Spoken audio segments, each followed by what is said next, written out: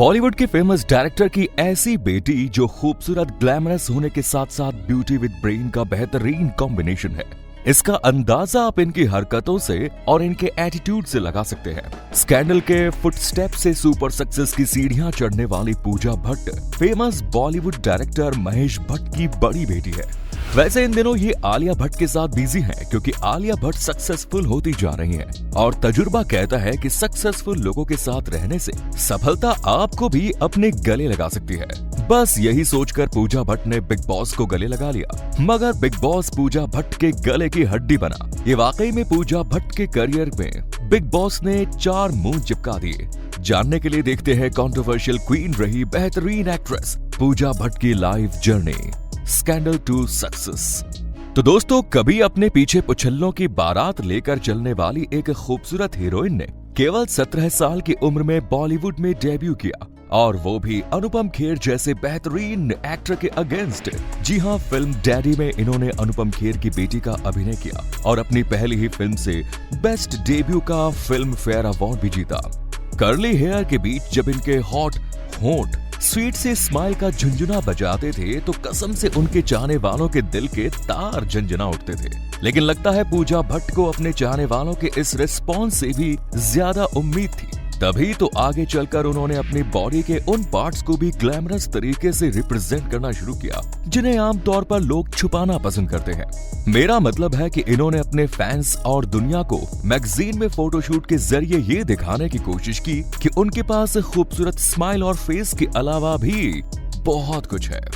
27 फरवरी 1972 को film maker Mahesh Bhatt और उनकी पहली पत्नी किरण के घर पर एक लड़की का जन्म हुआ जिनका नाम बड़े प्यार से रखा गया पूजा। आपको बता दें कि ये आलिया भट्ट की हाफ बड़ी बहन है, इमरान हाशमी की कजिन सिस्टर। मुंबई के AF पीटेड गर्ल्स हाई स्कूल से पूजा भट्ट की स्कूलिंग हुई। साल 1989 में महेश भट्ट ने अपनी 17 साल की बड़ी बेटी पूजा भट्ट को लेकर एक बेहतरीन फिल्म बनाई डैडी। इसके बाद साल 1991 में इन्होंने अपने करियर की सबसे बेहतरीन फिल्म की जिसका नाम था दिल है कि मानता नहीं। ये फिल्म उस समय के चार्मिंग चॉकलेटी हीरो आमिर खान के साथ थी। इसी साल संजय दत्त के साथ उनकी बेहतरीन फिल्म सड़क भी रिलीज हुई। इन दोनों फिल्मों में पूजा भट्ट ने जिस तरीके से अपनी एक्टिंग के जलवे दिखाए उसे देखकर तो कसम से हर कोई इनका फैन हो गया। डैनी मोर वैनिटी कवर में पूजा भट्ट को इतना रिस्पांस किया कि उन्होंने कई मैगजीन्स के लिए पेंटेड बॉडी शूट कराया। साल 1992 में जब पूजा का ये कारनामा सामने आया तो लोगों ने उन्हें क्रिटिसाइज किया और उनके इस काम को काफी वल्गर बताया। इस तरीके का शूट उन्होंने कई मैगजीन्स के लिए किया। इतना ही नहीं, आगे चलकर उन्होंने न्यूड लड़कों के साथ बिकनी में फोटोशूट भी कराए। कई मैगजीन्स के लिए सिगरेट के साथ फोटोशूट कराए और उनके इस बोल्ड अंदाज को देखने के बाद तो उनके चाहने वालों के दिलों की गिल्लियां उखड़ गई। कई मैगजीन में उनके फोटो के साथ हेडलाइन थी आई एम नॉट वर्जिन। कुल मिलाकर 20 साल की उम्र में उन्होंने लाइफ को अपने बोल्ड अंदाज में एंजॉय किया। आप लोगों को वीडियो में मजा तो आ रहा है, अच्छी बात है दोस्तों। बस इस घंटे का बटन दबा दीजिए, चैनल सब्सक्राइब हो जाएगा। चलिए बढ़ते हैं वीडियो में आगे। पूजा के घर का एटमॉस्फेयर स्कॉटिश इंग्लिश कल्चर से इफेक्टिव था। क्रिश्चियनिटी का घर में काफी असर था। खाने के टेबल के साथ वाइन सर्व की जाती थी और 16 साल की उम्र से ही इन्होंने पीना भी शुरू कर दिया था। लेकिन सिगरेट इन्होंने 23 साल की उम्र में पीना शुरू किया। इसके बाद तो उन्होंने सिगरेट और शराब का इस तरीके से मजा लिया कि इसके 6 साल बाद इन्हें सिगरेट और शराब को छोड़ने के लिए रिहैबिलिटेशन सेंटर जाना पड़ा।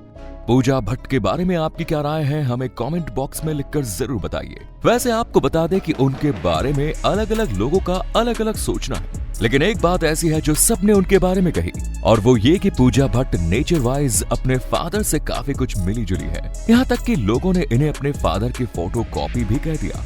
90 के दशक में पूजा भट्ट के अंगरक्षक, फिर तेरी कहानी याद आई, गुनहगार जैसी लगभग 25 फिल्में आई, लेकिन फिर भी पब्लिसिटी हासिल करने के लिए ये कंट्रोवर्शियल कांड करती रहती थी। उनकी फिल्मों ने उन्हें उतनी पब्लिसिटी नहीं दी जितने उनके बोल्ड फोटोशूट ने दी।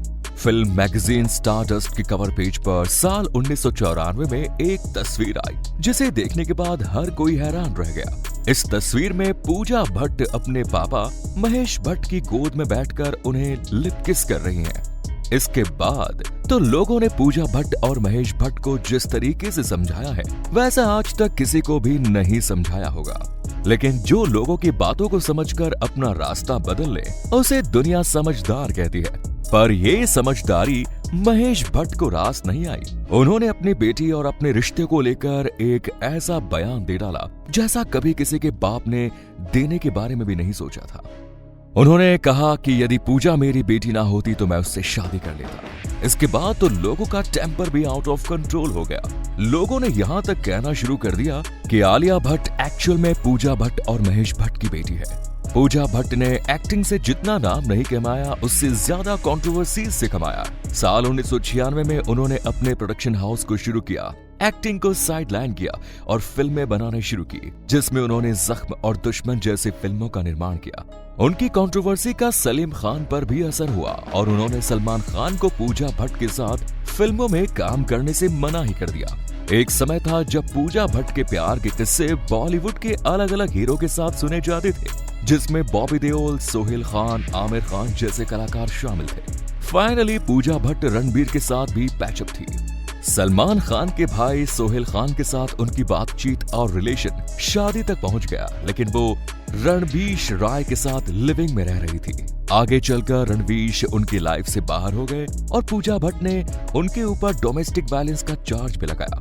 पूजा भट्ट की फैमिली ने उनकी काफी इंसल्ट भी की। इसके जवाब में रणबीर ने जो कहा उसके अकॉर्डिंग खुद पीड़ित है वो, और फिल्म मुगल का अत्याचार वो काफी समय से झेल रहे हैं। ड्रिंक करने के बाद तो पूजा भट्ट का एटीट्यूड ही बदल जाता था, लेकिन वो बिना ड्रिंक किए वायलेंट हो जाती थी। इन सब के बावजूद पूजा भट्ट ने फाइनली रणबीर के बेस्ट फ्रेंड मनीष मखीजा से शादी कर ली। इस शादी के बाद रणबीर के लिए तो सिचुएशन और भी डेंजरस हो गई, क्योंकि दोस्त मित्र ना रहा और प्यार प्यार न रहा। जिंदगी हमें तेरा इंतजार न रहा। 2003 में Indian radio jockey Manish Makhija से पूजा भट्ट ने शादी की और ये शादी चली मात्र 11 साल। इसके बाद दोनों ने डाइवोर्स ले लिया। अपने डाइवोर्स के बारे में उन्होंने कहा था कि हम लोगों ने 11 साल जिंदगी के इस शादी में बिताए हैं, हमें महसूस हुआ कि कुछ तो गलत है। जिंदगी एक ही बार मिलती है और बाकी ब्ला ब्ला ब्ला। आप समझ ही सकते हैं कि डाइवोर्स स्टेटमेंट में खुद को जस्टिफाई करने की उन्होंने किस तरीके से कोशिश की होगी। पूजा भट्ट ने फिल्मों में एक्टिंग के जरिए कमबैक करने की कोशिश की। उन्होंने चुप, मुंबई बेगम और सड़क 2 में भी काम किया, मगर पब्लिक ने उन्हें नोटिस ही नहीं किया। इसके बाद उन्होंने famous family show big boss में एंट्री की ताकि पब्लिक उन्हें नोटिस कर सके। लेकिन बिग बॉस में आने के बाद पब्लिक ने उन्हें नोटिस करने के बजाय उन्हें कमेंट्स बॉक्स में नोटिस पर नोटिस भेजने शुरू कर दिए। वैसे क्या आप बता सकते हैं कि पूजा भट्ट की लाइफ की सबसे बड़ी कंट्रोवर्सी कौन सी है? हमें कमेंट्स में जरूर बताएं। वीडियो अच्छी लगी तो लाइक करें, शेयर करें। धन्यवाद।